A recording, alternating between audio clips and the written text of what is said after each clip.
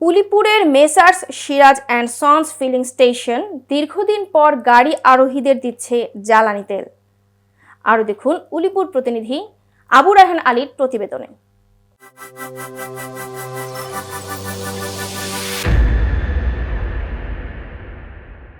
কুড়িগ্রামের উলিপুরে Messrs Siraj and sons filling স্টেশনে দীর্ঘদিন পর আজ শনিবার পুলিশ প্রশাসন ও ট্যাগ অফিসারের উপস্থিতিতে সকাল ৯টা থেকে গাড়ি আরোহীদের পেট্রোল দেওয়া হয়। Messrs Siraj and sons filling স্টেশনের ম্যানেজার জানান, সকাল ৯টা থেকে তেল দেওয়ার কার্যক্রম শুরু হয় এবং প্রতি মোটরসাইকেলে ৩০০ টাকার পরিমাণ পেট্রোল দেওয়া হচ্ছে। ২টার সময় এখানে এসে আসলে আমরা সিরিয়ালে দাঁড়াইছি যে তেল পাবো বলে। এখন পর্যন্ত আমরা তেল পাইনি। ২ কিলোমিটারের মতো হবে, প্রায় ৬০০-৭০০ গাড়ি লাইনে দাঁড়াইছি। আমরা তেল পাবো কিনা এটাও সন্দেহের মধ্যে আছি ভাই। আমি ফজরের নামাজ পড়ে আসছি, সিরিয়ালে আছি। এখন পর্যন্ত তেল পাবো কিনা এটা মানে মনের মধ্যে একটা আতঙ্ক পাই।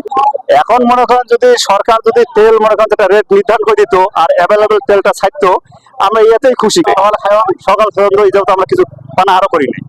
স্টেশনটিতে গাড়ি আরোহীদের দীর্ঘ ১ থেকে ১.৫ কিলোমিটার সারিবদ্ধভাবে দাঁড়িয়ে থাকতে দেখা যায়।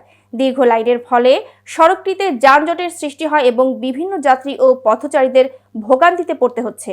লাইনে দাঁড়িয়ে থাকা মোটরসাইকেল চালকরা জানান, আমরা তেল দেওয়ার খবর জানতে পেরে ভোরে এসে এখানে অবস্থান করছি। আবার অনেকের কাছ থেকে জানা যায়, গভীর রাতে এসে অবস্থান করায় তেল পেতে সক্ষম হয় তারা। অন্যান্য স্টেশনের তুলনায় উলিপুরের Messrs Siraj and sons filling স্টেশনটিতে গাড়ি আরোহীদের সুশৃঙ্খলভাবে তেল নিতে দেখা যায়। এতক্ষণ সাথে থাকার জন্য ধন্যবাদ। i1 টিভির নিয়মিত আপডেট পেতে ভিজিট করুন আমাদের ওয়েবসাইট, ফেসবুক, ইনস্টাগ্রাম এবং ইউটিউব চ্যানেল।